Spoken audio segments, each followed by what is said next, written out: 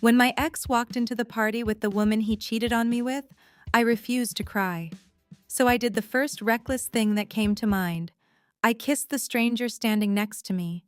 The room went silent. That's when I realized everyone was staring at him, not us. For a second, I thought I'd made a terrible mistake. The stranger didn't pull away. His hand settled lightly at my waist, steady and warm, like he was grounding me instead of questioning me. The kiss lasted just long enough to make a statement, just long enough for Daniel to see. When I finally stepped back, my heart was pounding so hard I could barely hear the music anymore. "I'm sorry," I said quickly under my breath.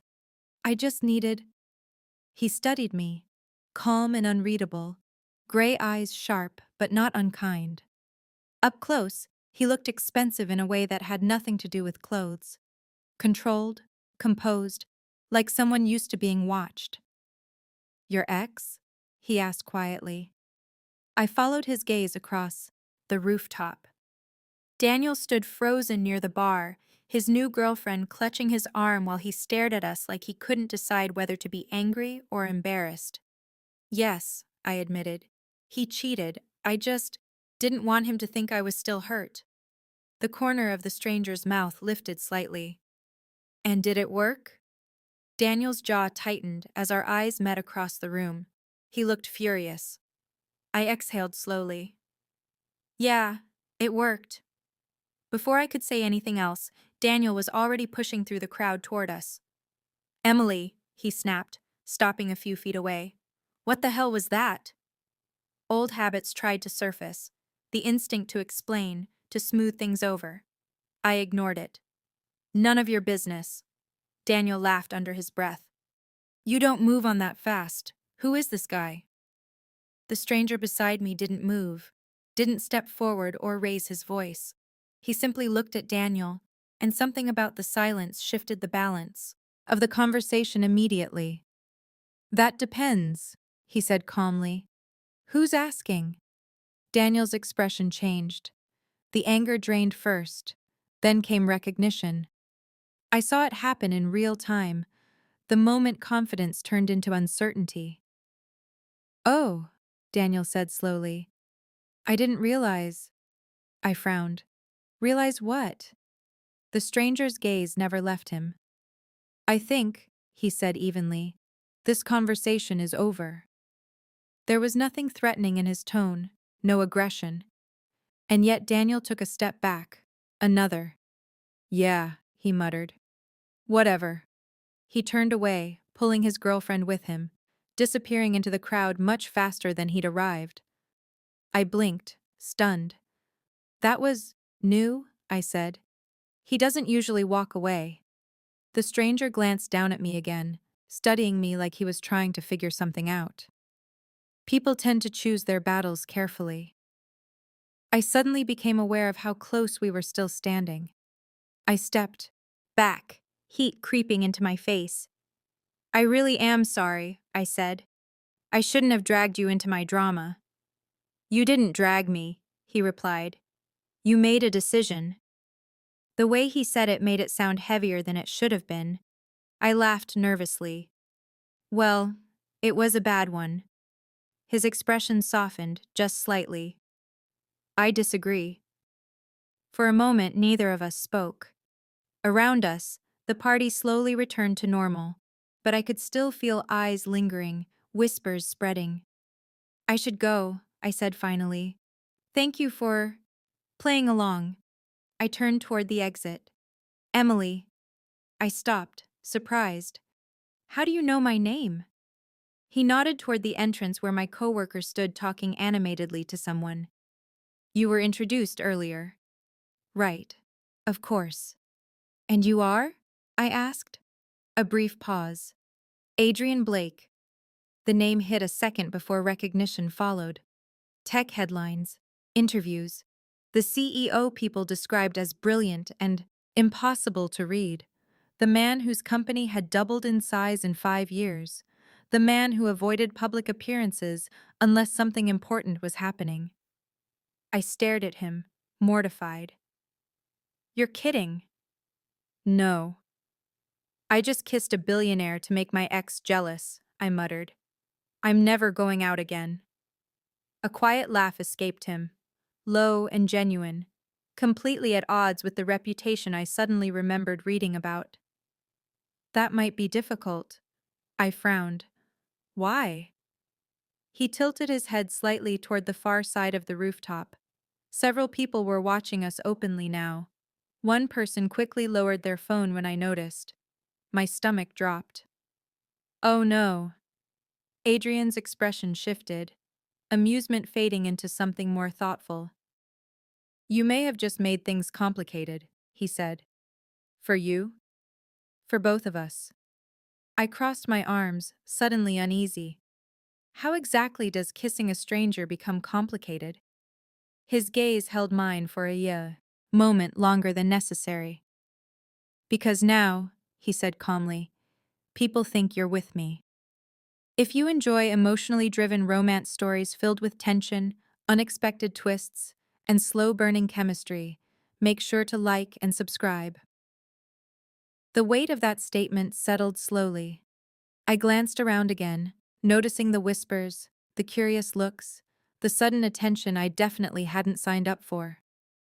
This was supposed to be one moment, I said quietly. One stupid decision. Adrian's eyes didn't leave mine. Moments, he said, have a way of turning into consequences. And something in the way he said it made my chest tighten, like this night hadn't solved anything at all. It had only started something neither of us could undo. I told myself it was over the moment I left the party. One reckless decision, one embarrassing memory. Something that would fade once the weekend passed and everyone moved on to the next piece of gossip. By morning, knew I'd been wrong. My phone started buzzing before I was even fully awake. Messages stacked on top of each other. Coworkers, acquaintances, even people I hadn't spoken to in months. Is this you, Emily? Girl, call me right now. Half asleep, I opened the first link. A photo filled the screen. Me, standing on the rooftop, my hand tangled in the front of Adrian Blake's jacket while he kissed me back. The city lights blurred behind us, the moment looking far more intimate than it had felt. The headline underneath made my stomach drop. Tech CEO Adrian Blake, seen with mystery woman, after private event. I sat up so fast the room spun.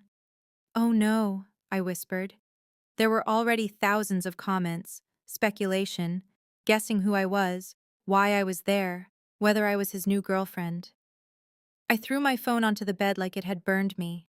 This wasn't supposed to happen. I wasn't supposed to become part of someone else's headline. Work was worse. The moment I walked into the office, conversations stopped. People tried to pretend they weren't staring, which somehow made it more obvious. My friend Lauren rushed over first, eyes wide. Emily, please tell me that's photoshopped. I wish, I muttered. You kissed Adrian Blake. I kissed a stranger, I corrected. I just didn't know who he was. Lauren leaned closer, lowering her voice. Do you realize how powerful that man is? Yes, I said dryly. The internet made that very clear this morning. I tried to focus on work, but it was impossible. Emails blurred together. My phone kept lighting up with notifications. Every time it did, anxiety tightened in my chest. By lunchtime, I decided the only solution was to ignore it completely. Pretend none of it mattered. Pretend he didn't matter. That plan lasted until my phone rang again. Unknown number. I almost didn't answer. Hello? A familiar voice responded, calm and unmistakable. I hope I'm not interrupting. My stomach flipped. Adrian, you've seen the news. It wasn't a question. Yes, I admitted. I'm really sorry. I didn't think. You don't need to apologize, he said gently. You didn't leak the photos. I hesitated. Still, this is probably bad for you. There was a pause on the line, like he was considering how honest to be. It's inconvenient, he said finally, but manageable. Of course it was. Men like him didn't panic over headlines. I'll make a statement if you want, I offered quickly. Say it was nothing, that it was a misunderstanding. Another pause. That might make things worse. I frowned. How? Because now people are interested, he said. Denying it adds fuel. I sank back into my chair. So what do we do? His answer came easily. Nothing, for now. The simplicity of it surprised me. Just nothing? Yes. A faint hint of amusement entered his voice. You'd be surprised how quickly people lose interest when there's no drama. I wasn't sure I believed that. Before I could respond, he added more quietly, Are you all right? The question caught me off guard. I'm fine. You sound tired. I stared at my desk, suddenly aware of how strange this was. A billionaire CEO calling to check on me after a kiss that wasn't supposed to mean anything. It's just a lot, I admitted. I understand. And somehow, I believed him. The call ended a few minutes later, polite and uncomplicated. But the rest of the day felt different afterward, like something invisible had shifted. I told myself it was relief, nothing more. Except Adrian didn't disappear. A few days later, he texted, Coffee? Public place. No headlines. I stared at the message longer than I should have before replying yes. The cafe he chose was quiet, tucked between office buildings where no one seemed interested in who sat at the corner table. Adrian was already there when I arrived, dressed simply, but still impossible to ignore. He stood when he saw me, a small gesture that felt unexpectedly old-fashioned. Thank you for coming, he said. I'm still deciding if this is a good idea. That makes two of us. I laughed despite myself, tension easing slightly. In daylight, without the chaos of the party around us, he seemed different, less distant, more human. We talked longer than I intended. About work, about how strange sudden attention felt, about everything except the kiss itself. And that was the problem. It felt easy. Too easy. When I finally stood to leave, I caught a woman at a nearby table watching us openly. Recognition flashed across her face before she quickly looked away. Reality returned all at once. This is exactly what I was trying to avoid, I said quietly. Adrian followed my gaze, understanding immediately. I know. You live in a different world, I continued. People watch you, judge you. I don't belong in that. His expression tightened slightly. You're not an inconvenience, Emily. I didn't say I was, but the thought hung between us anyway. For the first time since we met, silence felt uncomfortable. I should go, I said. He nodded, though something unreadable crossed his face. All right. I walked away before I could change my mind. For the next week, I ignored his messages. It was easier that way. Safer. The attention online started fading, just like he said it would. My life slowly returned to normal, until the night it didn't. I was leaving work when Daniel stepped out from beside my car. My pulse jumped. What are you doing here? He smiled, but it didn't reach his eyes. You move on fast. I don't want to talk to you. You really think a guy like Blake is interested in you? He continued, voice low. You're being used, Emily. Anger flared. You lost the right to have opinions about my life. His smile sharpened. You have no idea what world you stepped into. Before I could respond, headlights swept across the parking lot. A black car pulled up behind us. Daniel's expression changed instantly, tension replacing confidence. He stepped back as the driver's door opened. Adrian stepped out, calm, controlled, watching everything. Daniel let out a short laugh. Of course. Adrian's gaze moved from him to me. Is there a problem? The question was simple, but the air shifted the moment he spoke. Daniel raised his hands mockingly. No problem, just catching up. He walked away without another word. I exhaled slowly, my hands trembling now that the confrontation was over. "You didn't answer my messages," Adrian said quietly. "I thought that was better." "For who?" I didn't have an answer. He studied me for a moment before speaking again. "There's a gala next week," he said. "Corporate event. Cameras will be there." My stomach sank. That sounds like exactly what I should avoid. "Probably," he agreed. Then his eyes held mine.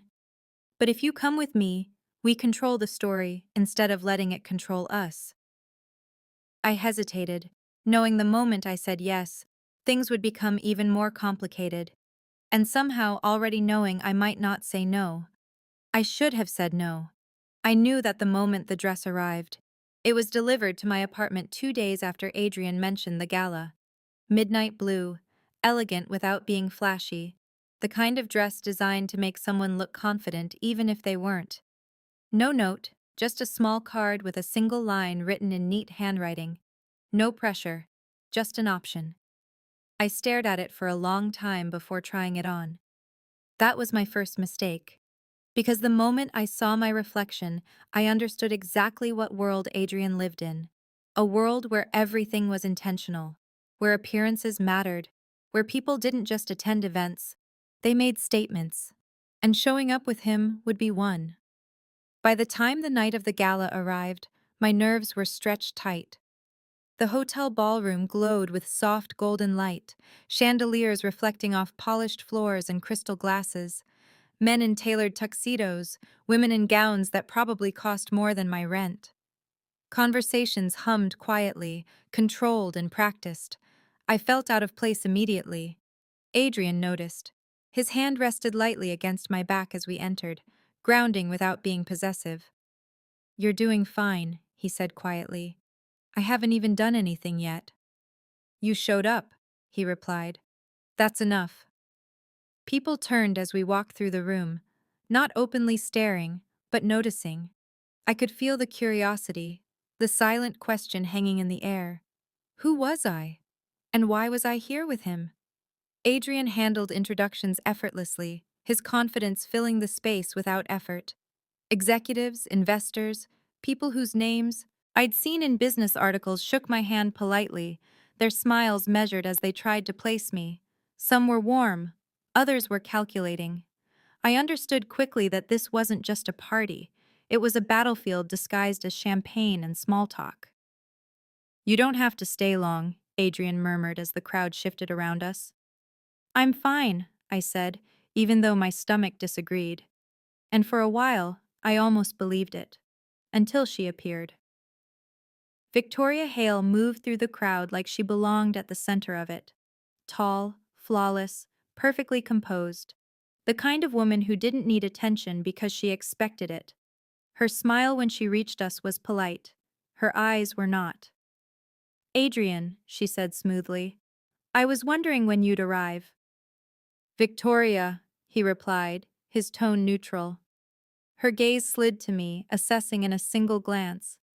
"And you must be the woman from the photos." I forced a smile. "Emily." "How unexpected," she said, lightly. "Adrian usually prefers privacy." The words sounded harmless. The implication wasn't. Adrian's posture shifted slightly beside me. "Emily's here with me." Victoria's smile didn't change, but something sharp flickered underneath it. "Of course she is."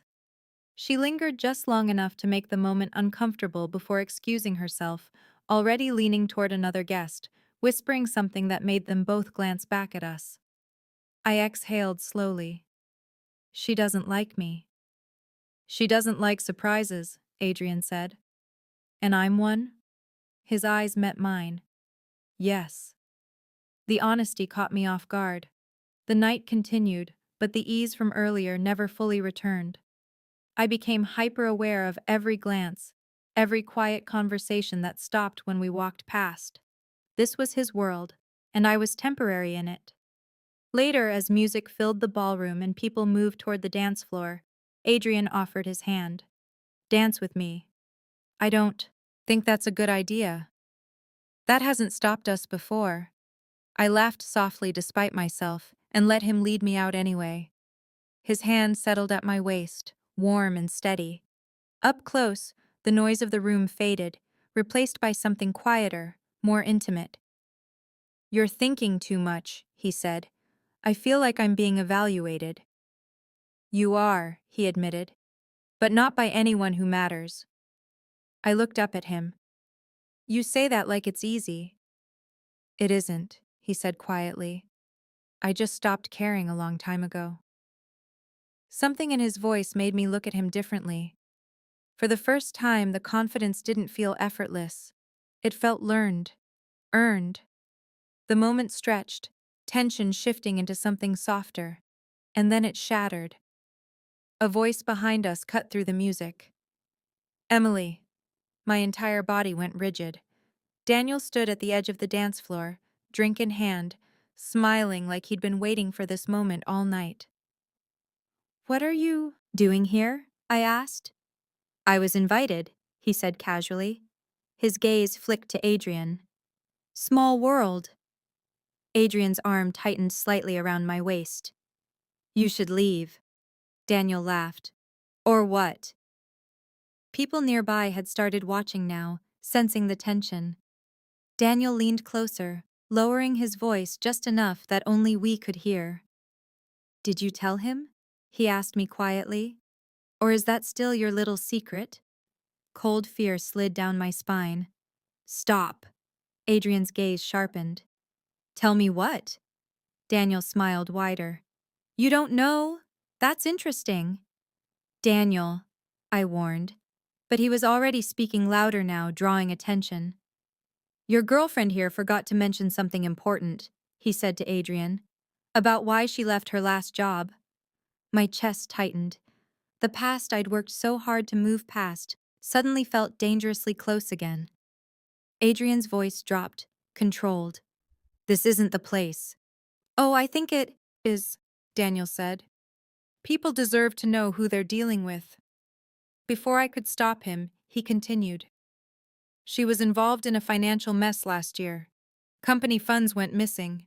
Funny how she left right before the investigation finished." The room felt smaller, hotter. It wasn't true, not the way he was saying it. But explanations didn't matter once doubt existed. Whispers started immediately. I stepped back, my hands shaking. "That's not what happened." Daniel shrugged. "Then explain it." I couldn't. Not here. Not like this. For the first time since we met, Adrian looked uncertain. Not accusing, but processing. And that hurt more than anger would have. "I think you should go home," he said quietly to me. The words landed like a blow. Not cruel, not dismissive, careful, which somehow made it worse. I nodded, unable to speak, and turned before anyone could see the tears threatening to fall. The cool night air outside hit my skin as I stepped onto the empty terrace, breathing hard. The music inside sounded distant now, like it belonged to another life. I'd known this would happen eventually. People like Adrian didn't stay involved with complications, and I was nothing but one. Behind me, the ballroom doors opened again. I didn't turn around. I wasn't sure I could handle seeing the look on his face. The night air was colder than I expected. I wrapped my arms around myself as I stood on the terrace, staring out at the city lights below. From up here, everything looked calm, ordered, like problems belonged to someone else. Inside, music continued as if nothing had happened. I should have left immediately, called a ride, gone home and pretended this entire chapter of my life had never existed. Instead, I stayed, because part of me knew running wouldn't make this disappear. It never had before. The terrace doors opened behind me. I didn't turn around. For a few seconds, neither of us spoke. "I should have stopped him sooner," Adrian said quietly. His voice sounded different now, less controlled, less certain. "That wouldn't have changed anything," I replied. "People heard what they wanted to hear." Silence settled between us again. heavy but not hostile. Finally, I turned. He looked exactly the same as he had inside, composed, immaculate, but something in his expression had shifted. The distance I'd felt earlier was gone, replaced by something more conflicted. "I didn't steal anything," I said before he could speak. "The company lost money because of a senior manager. I reported it. He blamed me when the investigation started, and it was easier for everyone to let me leave quietly than admit what really happened." The words came out faster than I intended, years of frustration spilling over. I didn't fight it because I just wanted it to be over. Adrian listened without interrupting. "I know how it looks," I continued, "and I understand if this is where you walk away." He exhaled slowly, his gaze dropping briefly to the city before returning to me. "I asked you to come tonight because I thought controlling the narrative would make things simpler," he said. "I should have known better." "That's your world," I said softly. "Reputation, perception." "Yes." His jaw tightened slightly. "And it's cost me more than I like to admit." For a moment, neither of us moved. Then he stepped closer. "I wasn't uncertain because I believed him," Adrian said quietly. "I was uncertain because I realized how little I actually know about you." The honesty caught me off guard. "That's fair," I admitted. "I'm used to people wanting something from me," he continued. "Money, access, influence. Tonight was the first time I wondered if I was putting you in a position where you had to defend yourself because of me." The tension in my chest loosened slightly. "I chose to come," I said. "Yes," he replied, "and I don't think you realized what that choice would cost." I let out a small laugh. "I kissed a stranger at a party. I think bad decisions are kind of my thing." A faint smile appeared, brief but real. The silence that followed felt different now, calmer, honest. Inside the ballroom, applause broke out for something we couldn't see. Life continuing, unaffected by the small crisis happening outside. "I can fix this," Adrian said after a moment. "The rumors, the story Daniel started. I can make calls." I shook my head immediately. "No." His brows drew together. "No?" "I don't want to be fixed," I said gently. "I've spent the last year trying to rebuild my life without someone powerful stepping in to solve everything. If people doubt me, I'll deal with it myself." He studied me carefully, something like respect flickering in his expression. "That's not how most people respond." "I'm not most people." A quiet, understanding passed between us. For the first time since the night began, I felt steady again. "I think this is where we stop," I said softly, "before things get harder." The words hurt more than I expected. Adrian didn't argue immediately. His gaze searched my face like he was trying to memorize something. "That would be the logical choice," he said. "And you like logical choices." "Yes." But he didn't move away. Seconds passed, then he shook his head slightly, almost to himself. "I've spent most of my life choosing what makes sense," he said. "Building things carefully, avoiding risks." His eyes met mine, unguarded now. "And then you kissed me." I laughed weakly. "That wasn't exactly strategic." "No," he agreed. "It wasn't." Another pause. "But it was honest." The words settled between us, heavier than anything else that night. "I don't know what this is yet," he continued. "And I don't know where it leads, but I do know that walking away right now wouldn't be because it's right." My heart started racing again. "It would be because it's easier." I swallowed. "And you don't like easy?" He smiled faintly. "Not when it matters." For a long moment, neither of us spoke. The city stretched endlessly behind him, lights reflecting in his eyes. The noise from inside faded until it felt like we were the only two people left awake in the world. "I'm scared this ends badly," I admitted quietly. "That's usually how important things begin," he said. I searched his face, looking for hesitation. There wasn't any, just certainty. Not about the future, but about the decision standing in front of us. Slowly, carefully, he reached for my hand. This time, I didn't pull away. "We take it slow," I said. "No headlines, no pretending." He nodded. "Slow. And if it becomes too much, we stop," he finished. "Together." The simplicity of it made my chest ache. For the first time since the party, since the kiss, since everything spiraled into something bigger than I expected, I felt like I could breathe again. Inside, the gala continued without us. And for once, I didn't feel like I was missing anything. 3 months later, the story had faded from the news cycle. Daniel's accusations unraveled when his own company quietly confirmed the truth about the investigation I'd reported. The whispers stopped. Life settled. Adrian and I didn't rush anything. Coffee turned into dinners. Dinners turned into weekends spent talking about everything except work. Without cameras or expectations, he was different, warmer, easier to understand. Real. One evening, as we walked through a quiet park far from downtown, he stopped suddenly. "You know," he said, glancing at me, "you never actually told me why you kissed me." I smiled, remembering the anger, the humiliation, the reckless courage of that night. "Because I wanted my ex to lose." "And did he?" I looked at him, at the man who had walked into my life by accident and stayed by choice. "Yes," I said softly. "But not the way I expected." He laughed, pulling me closer as we continued walking. Sometimes the biggest changes start with the smallest decisions. A moment of anger, a reckless choice, a stranger standing in the right place at the wrong time. I kissed him to prove I was over my past. I never expected it to become the beginning of something real.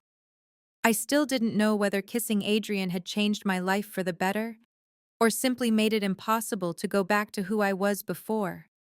But for the first time in a long time, I wasn't afraid of what came next. Because somewhere between losing my pride, my certainty, and my carefully planned future, I found something real. And this time, I wasn't running from it. If you enjoyed this story and want more emotional romance stories like this one, don't forget to like and subscribe for the next story.